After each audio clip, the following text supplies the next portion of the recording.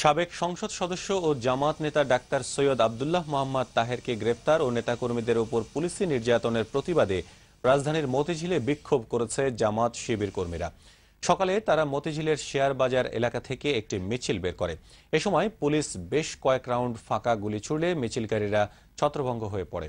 উভয় পক্ষের ধাওয়া পাল্টা ধাওয়ায় আতঙ্ক ছড়িয়ে পড়লে মতিঝিল এলাকায় কিছু সময়ের জন্য যান চলাচল বন্ধ হয়ে যায়। ঘটনাস্থল থেকে পুলিশ শিবির কর্মী সন্দেহে ৩ জনকে আটক করে। এদিকে জামাত শিবিরের শীর্ষ নেতাদের মুক্তির দাবিতে মিছিল করে ইসলামী ছাত্র শিবির।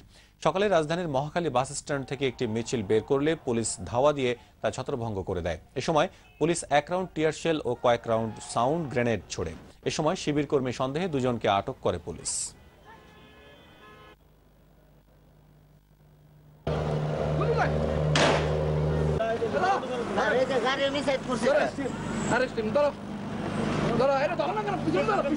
বিধি মোতাবেক যে অ্যাকশনে যেতে হয়, গ্যাস, শটগান, সাউন্ড গ্রেনেড এটা চার্জ করেছে ছত্রভঙ্গ করার জন্য।